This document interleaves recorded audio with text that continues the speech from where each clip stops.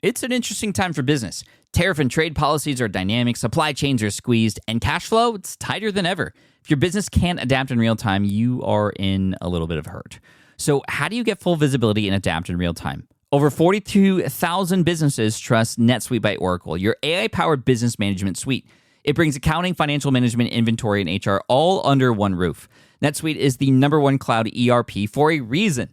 It's your single source of truth, giving you the data and control you need to move quickly. Real-time forecasting helps you move into the future with confidence, and with AI built in, you can automate the busy work and focus on strategy.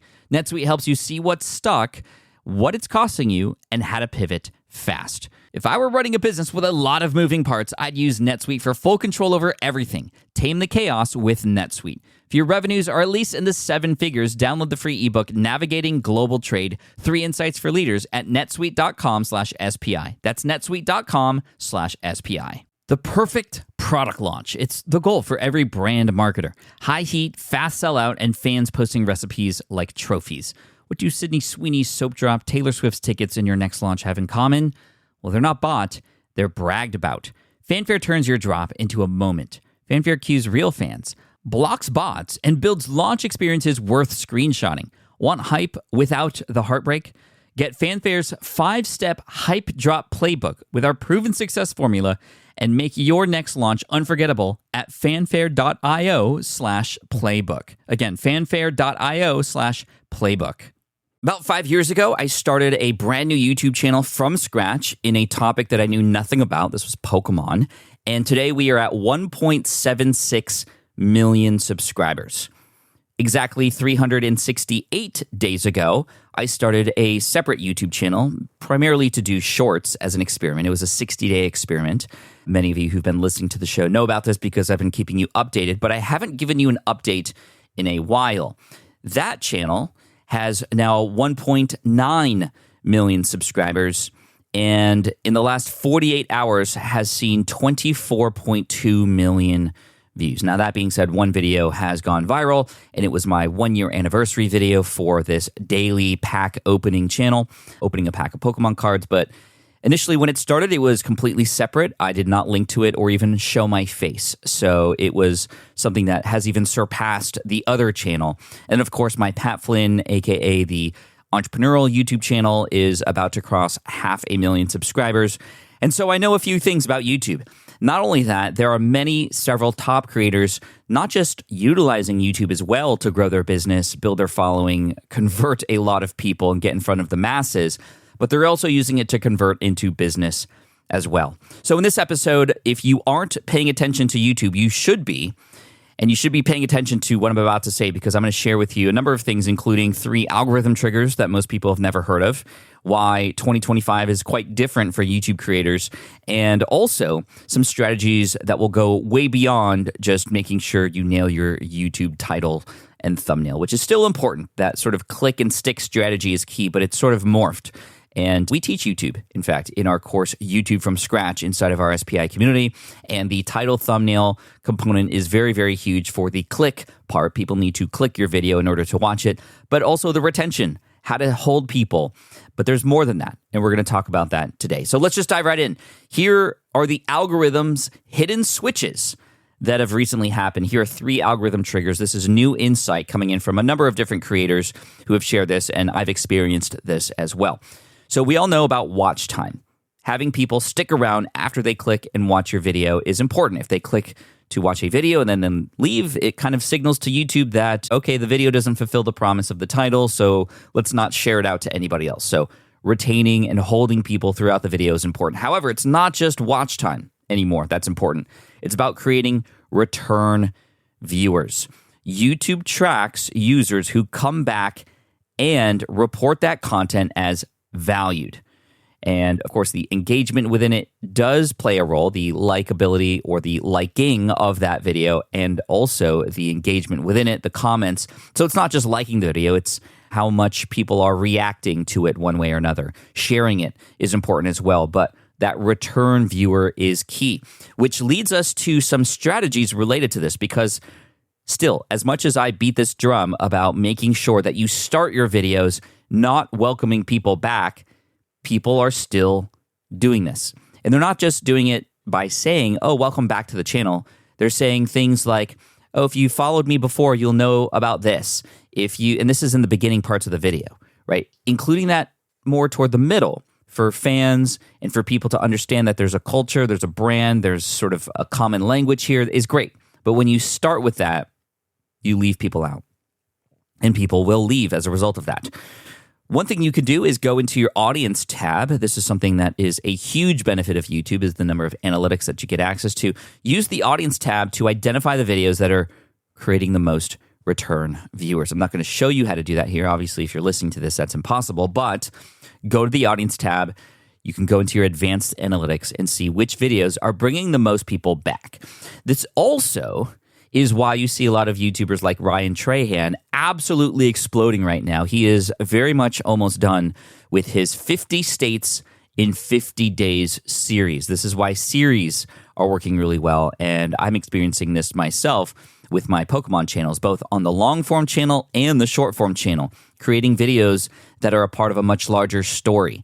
So if you don't know Ryan Trahan, he's sort of made famous this idea of a series within long-form videos, first with his penny series, taking a penny and sort of bartering and upgrading it, trading it all the way up to a house that he then eventually gave away as a part of a Shopify collaboration, which was really, really, really cool and kind of put him on the map. And he's since continued to do this. Now it's a lot more work, but when you think about it, this is what brings return viewers back. If you watch the first state, then you're going to want to know what happens in the next 49. If you watch episode 35 because it happens to be your state and you're curious to see where he goes, well, then now you're going to be curious about where the other states he's been and what those experiences were like. So creating a sort of series, something that helps people understand what to come back and expect, is really, really key. The siloed videos aren't working as much anymore. The ones that were more created for search, for, random topic A, random topic B, random topic C. No, we want these things to be linear. They don't have to be viewed in a linear fashion, but when they connect together, they connect not just for the algorithm and for people to see in their home feed when they come back, the next video in the series, but it makes people expecting the next one or wanting to go back to the earlier versions. This is really, really key. So get those returning viewers and think about the content that you're creating before you hit record and how you might be able to do that. For example, I might be able to say that this month of August here is going to be all about what's working right now. That's the theme of this month. So you're going to see next week a what's working right now in podcasting. You're going to see a what's working right now in social media coming up, in affiliate marketing and email marketing. Tips like this that are working today, that are different from before, is going to be all what this month is about. So make sure you hit subscribe to this podcast if you haven't already. Okay, so let's go to the next algorithm change here in YouTube, and that is community feedback loops. So what this means is relying on the audience that you're building to help determine the next steps or the next video or the next part of the story, to help guide you where to go next. You want to create a community feedback council, if you will, of fans and critics. So the algorithm pushes videos based on what viewers are already enjoying, not what YouTube wants.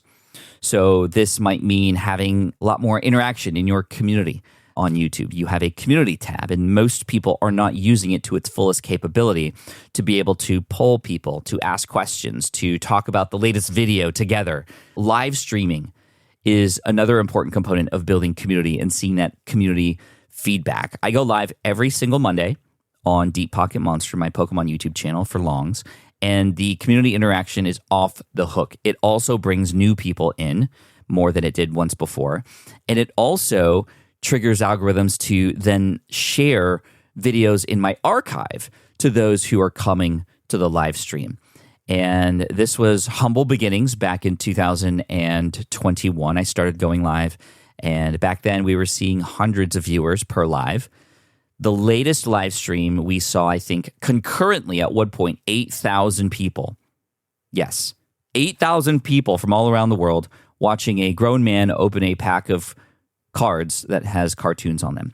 But we have a great time. People are getting sort of a insider look at the realness of the channel in that regard. And that's why it's key as well. You build your super fans through live streams. And that's why I would highly recommend everybody do live streams and create some sort of rhythm for your fans. And it doesn't have to be thousands. In fact, that can be really scary up front. But just even having dozens of people watching and building that audience of super fans through those interactions, people will start to feel a real connection with you. Because when you think about the macro environment of what's happening in social and in the world right now, we're seeing a lot of AI, we're seeing a lot of animation, we're seeing a lot of crap being published into the world right now. A lot of authors are upset because people are pumping out books in the dozens by the week because they're using AI to do that. And so the realness is going away.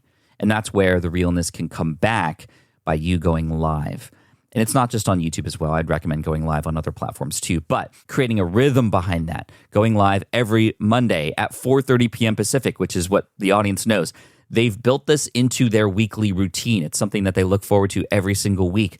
They sit down and have dinner or eat popcorn and watch the live stream every Monday.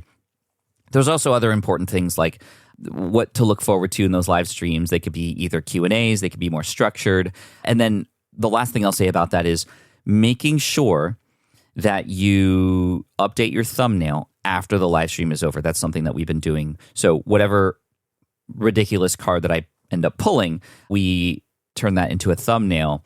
And that way the live streams actually get a lot of views after, which is really cool. So the replays do extremely well for, again, doing all the things that I just mentioned, making people feel like they're a part of the community, even though they're not able to interact live. Having the live chat be replayable shows that there's that amount of commotion, excitement, reaction to the things that are happening. People like them there that make them want to come and make sure they don't miss it live the next time and or already feel like they're a part of something.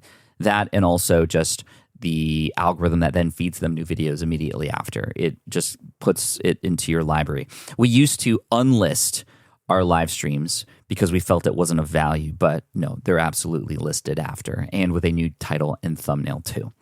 And then finally, in terms of the algorithm, before we get into more connection with your audience and that sort of revolution that's happening over there, this is what we call the Goldilocks zone of content. This is algorithm trigger number 3. And this is content that's neither too broad or too niche.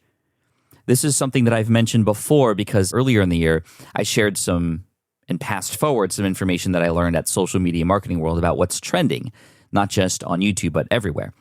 Viral growth and customers happen when you hit this sort of Goldilocks zone of not too niche that it doesn't spread to the masses, but not too broad that it has nothing to do with what you're talking about. This is the Goldilocks zone. This is creating content that still hits the mark for people who aren't even there for what it is you're talking about. And I'm seeing this on my YouTube channels as well, both on the shorts and the longs. So the long videos, for example, tell a story. They go into human psychology. Even though it's about Pokemon, it's about much more. It's about the hunt. It's about the adventure. It's about the community. And people are commenting that even though they're not fans of Pokemon or collectors of Pokemon, they still enjoy the videos because we hit those psychological marks that are just based on good storytelling tactics, right? So you've heard me talk about this over and over and over again, the importance of storytelling. That's going to help you uncover this Goldilocks zone because you can tell a great story that hits more people, even though it's about something very niche, right? So think about that when you create your videos, when you create your content. How can I take this thing that I want to talk about that is niche, but make it more applicable to more people, cast a wider net out there so others, even if they aren't interested in the niche thing, are still interested in what I'm talking about. And again, the story is sort of the hack there, right? So a balance between what you want to create and what your audience wants is important too, but also how to find that sweet spot.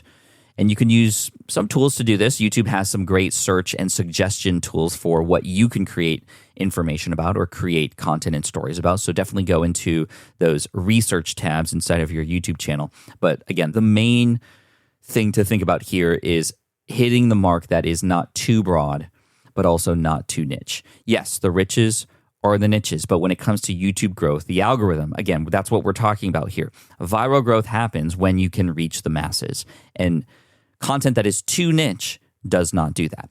Now, does that mean you should never create content that's super specific? No, you should still create that content, but you should also expect that not to perform very well or grow with the masses, but it can still be a great tool for people who, through other videos you create, can find specific things. So let's talk about an example. let's say you are a fisherman, and I'm trying really hard not to create a fishing YouTube channel because I love fishing. I know videos.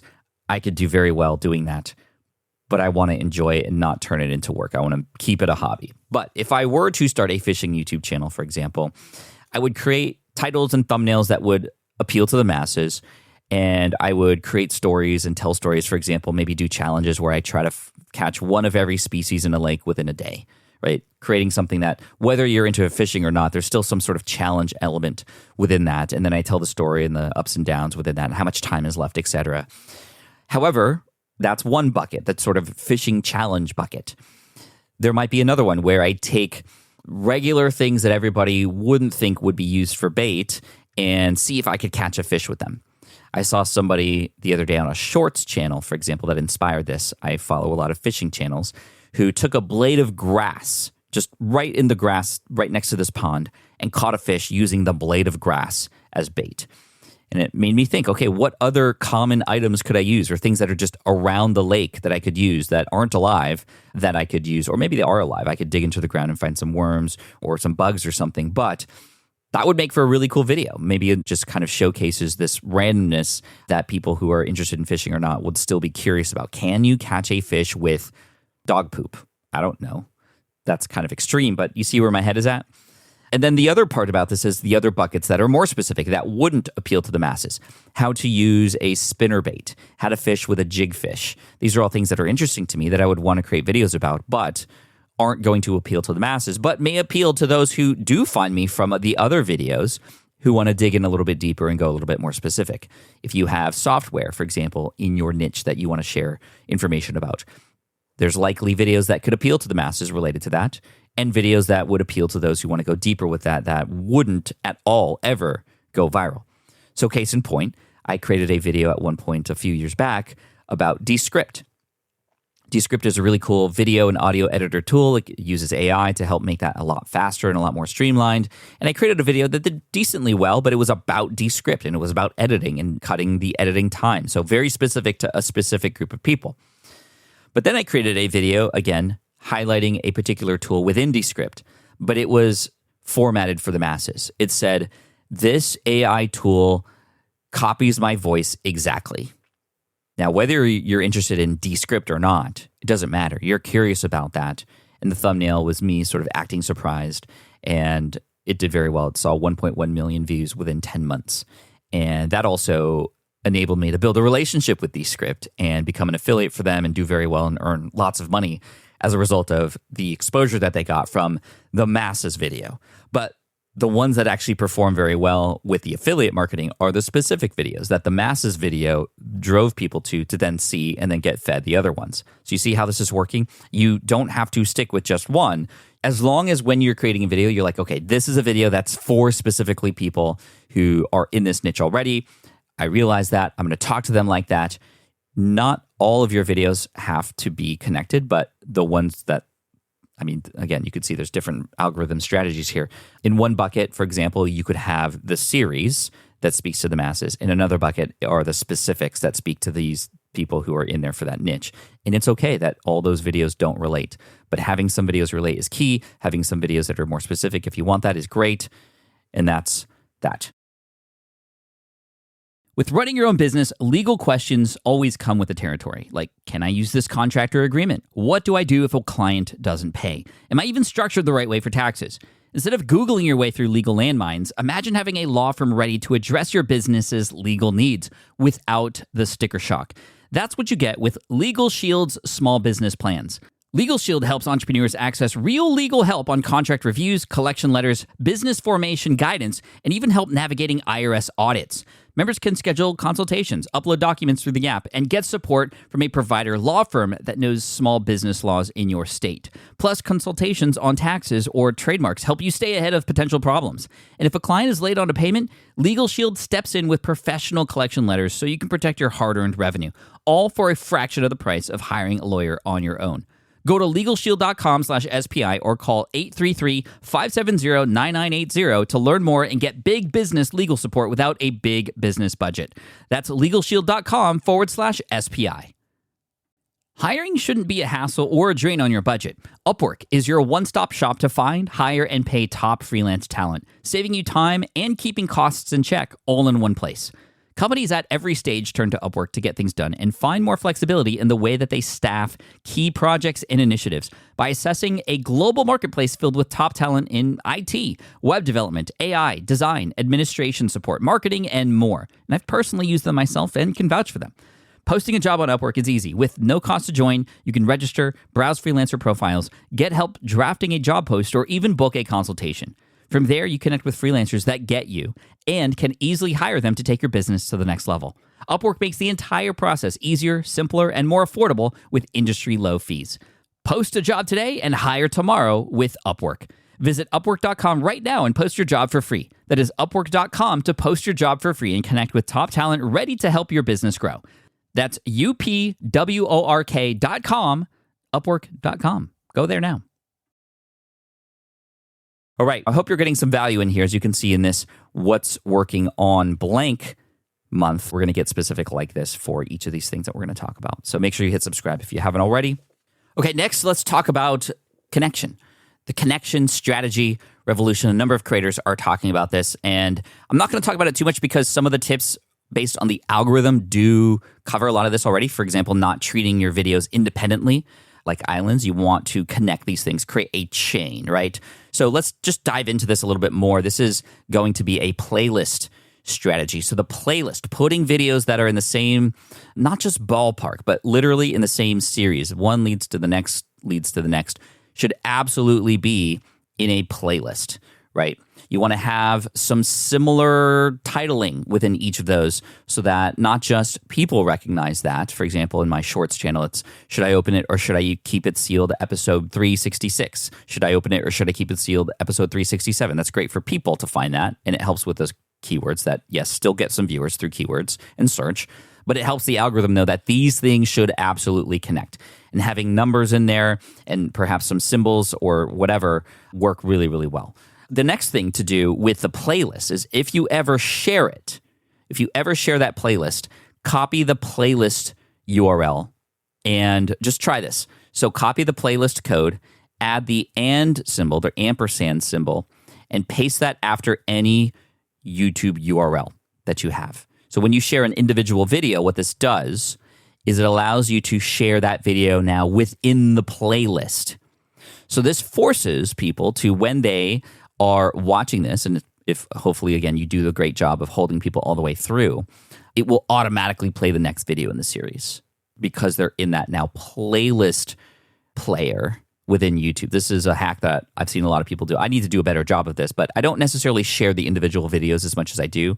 But in the Pokemon space, I don't have email lists and things like that to do that. If you have an email list and you're sharing these videos, share it with the playlist code and then add the and symbol after any regular YouTube URL. I don't know if I'm explaining that. It's hard to do it without the visuals, but what that does is, again, it allows people to, when they play that video, they're going to watch it in a very similar way. It forces your other videos and brings returning viewers, right, to those next videos, just like we talked about. So that's number one.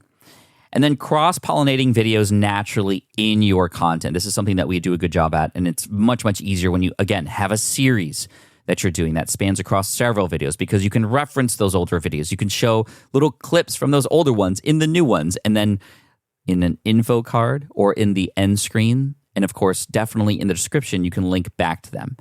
And what this does is the cross-pollination, again, helps feed the algorithm, helps show people these videos connect to each other. And also just the psychology of like, hey, you're a part of this sort of bigger story now for your audience. It makes them want to kind of keep going with it, right? So I'm not going to spend too much time, but this is, again, just leading into the connection part of this a little bit more.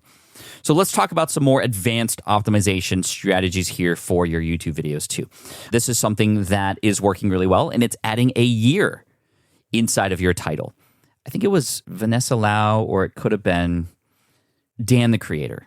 Yes, Dan the Creator, two amazing YouTube creators who are sharing a lot of these kinds of tactics more ongoing, but I just am using ones that I remember that I also use as well that work really well on YouTube right now. So Dan the Creator, Vanessa Lau, LAU, make sure you follow them on YouTube. But adding the current year to title, knowing that you're going to go back and remove that after the year is over is key. We've done this with a lot of our podcasting tutorials, a lot of our YouTube tutorials on the Pat Flynn YouTube channel. And it's just a small trick that makes people see when they see these titles. Remember, optimizing titles is key. When they see that, they're like, oh, it is 2025. So this video is relevant. It is new. I will click it. There are some bulk tools like vidIQ that can help you do this in bulk if you need to go back to different videos and do this much faster. It can be kind of a pain to go back and re-edit certain things, but this is how you take things where if you say in 2025, you can then edit those things out and say today or recently or what have you once the year is over.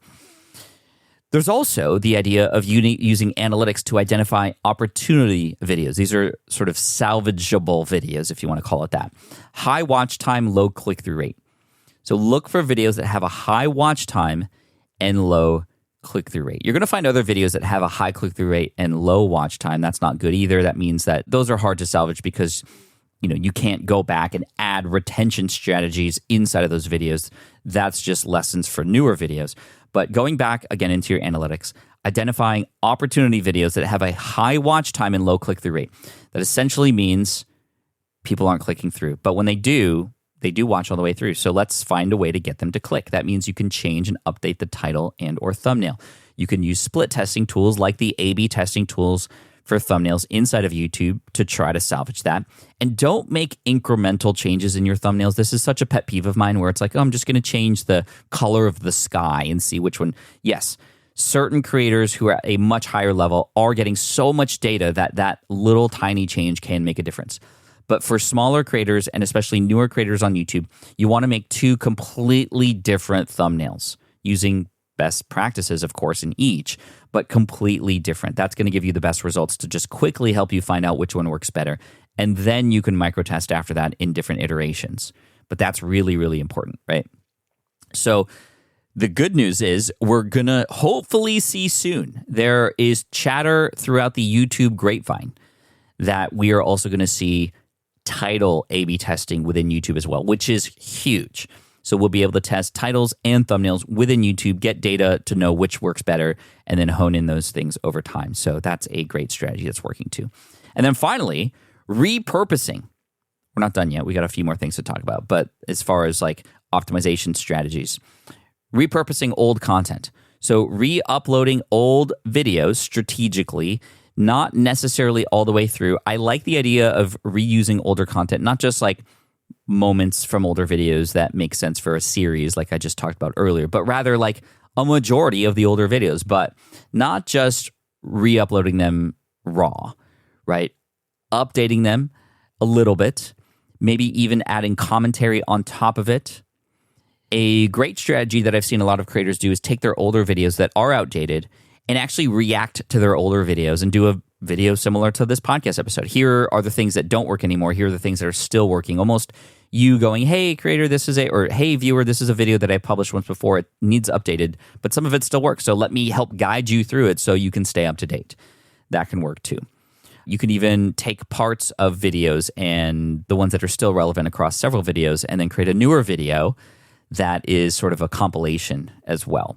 Stitching multiple videos into like a grand masterclass as well is something that I've seen work well. This is something that we kind of did on the Pokemon channel that worked really well. We had a series that spanned across 8 videos. It took about 6 months to do. It was very successful. And we experimented. And at the end of 2024, I said, let's just put all of them together in one video. And let's remove the sort of transitions in the middle where I say, hey, next week's video has this. Let's remove that. Let's just like go right into it and create one long story. This was a 4-hour video.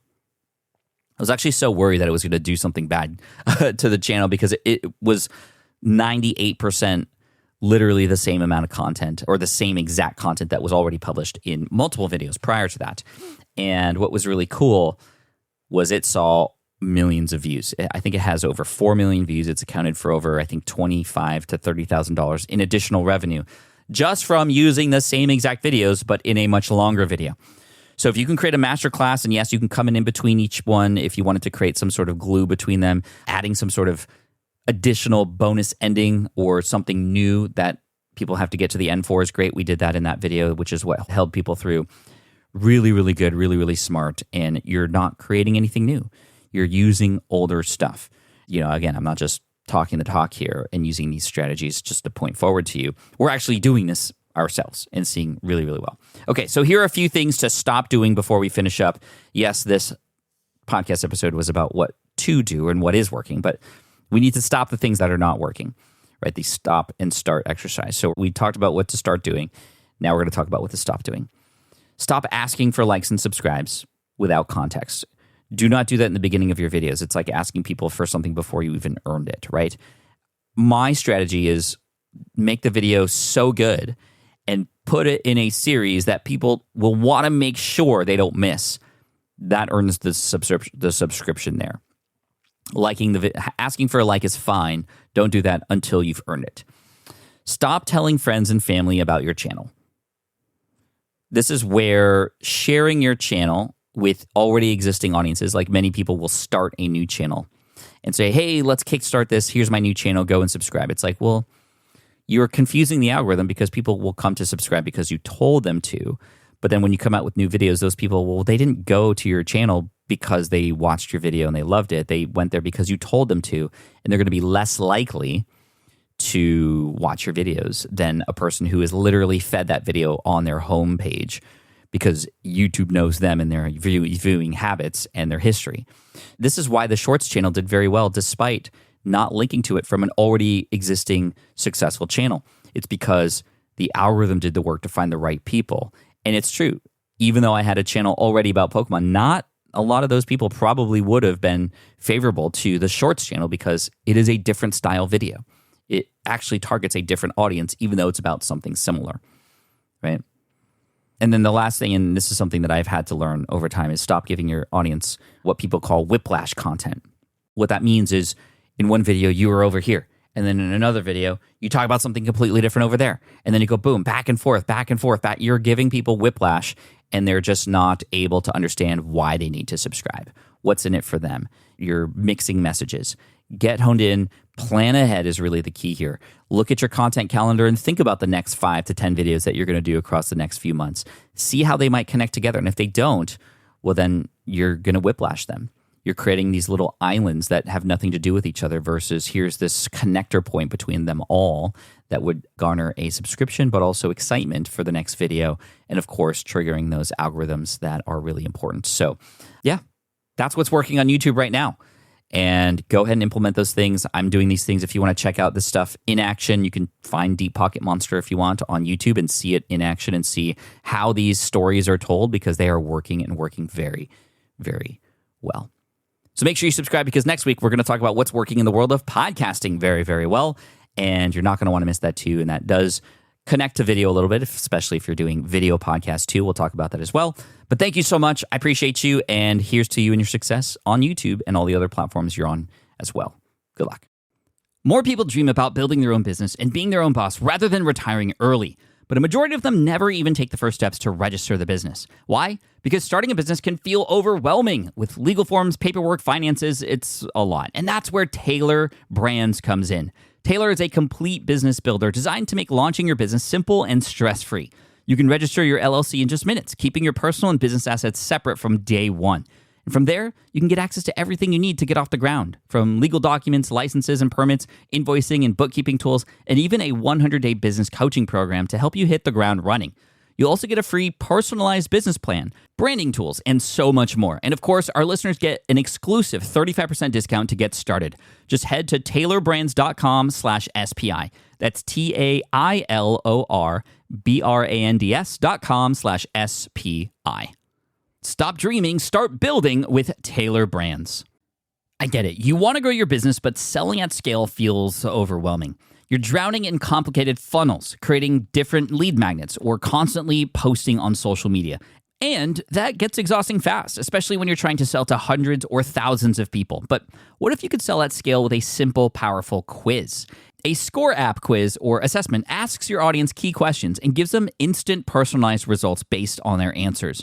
Your audience gets to know where they are now and shows them the steps they need to hit their goals. You can set up a quiz in minutes using Score App's templates and have a powerful lead magnet that'll do the selling for you.